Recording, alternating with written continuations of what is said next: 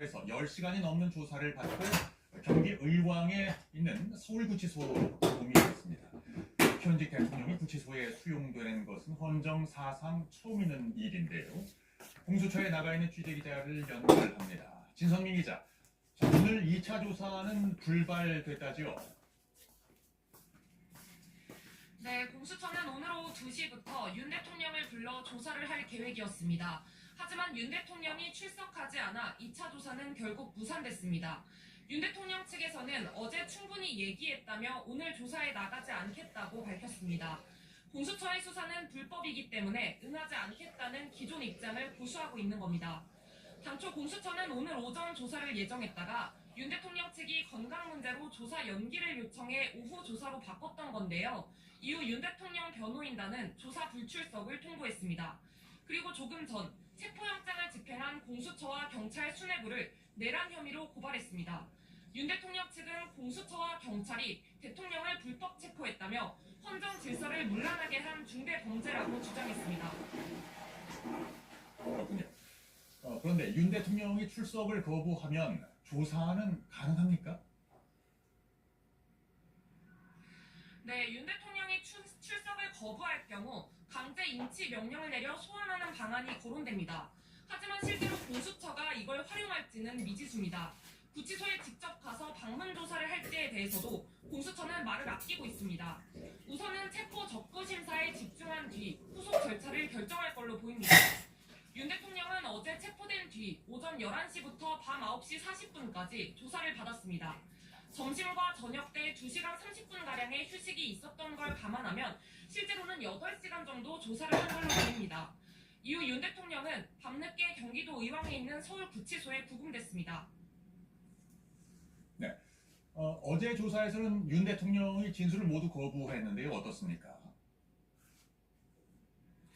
네, 그렇습니다. 공수처는 어제 조사에서 준비해둔 200쪽 분량의 질문지 가운데 상당 부분을 진행했다고 밝혔는데요. 지난해 12월 3일 비상계엄을 선포할 당시 상황에 대해 전반적으로 물어본 걸로 알려졌습니다. 공수처 관계자는 윤 대통령이 질문에 아무런 답을 하지 않고 진술을 거부했다고 설명했습니다. 또 이름, 주소, 직업 등을 묻는 절차에도 묵묵부답으로 일관한 걸로 알려졌습니다. 조사가 끝난 뒤에도 피의자 신문 조서를 열람하지 않고 서명 날인도 모두 거부했습니다. 네. 자, 그러면 앞으로의 수사는 어떻게 되는 겁니까? 네, 윤 대통령을 체포한 지 만 하루가 지나가고 있는데요. 원래라면 공수처는 체포 시점부터 48시간 이내에 윤 대통령에 대해 구속영장을 청구하거나 석방해야 합니다. 영장을 집행한 게 어제 오전 10시 반쯤이었으니까 원래는 내일 오전까지가 시한이었습니다. 다만 앞서 전해드린 대로 체포 적부 심사가 변수가 된 상황입니다. 법원에 관련 서류를 보내고 다시 돌려받는 동안은 이 48시간에서 제외되기 때문인데요. 이 때문에 더 늦어질 가능성도 있습니다.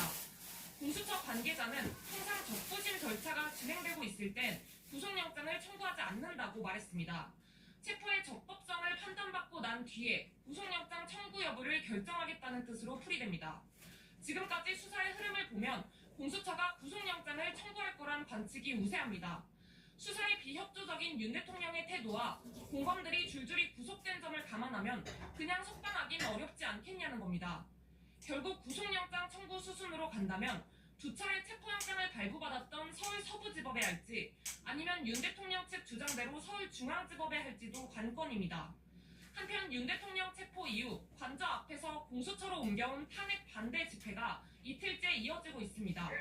윤 대통령 지지자들은 공수처가 있는 정부 과천청사 앞에서 체포를 규탄하며 윤 대통령 석방을 촉구했습니다. 지금까지 공수처에서 전해드렸습니다.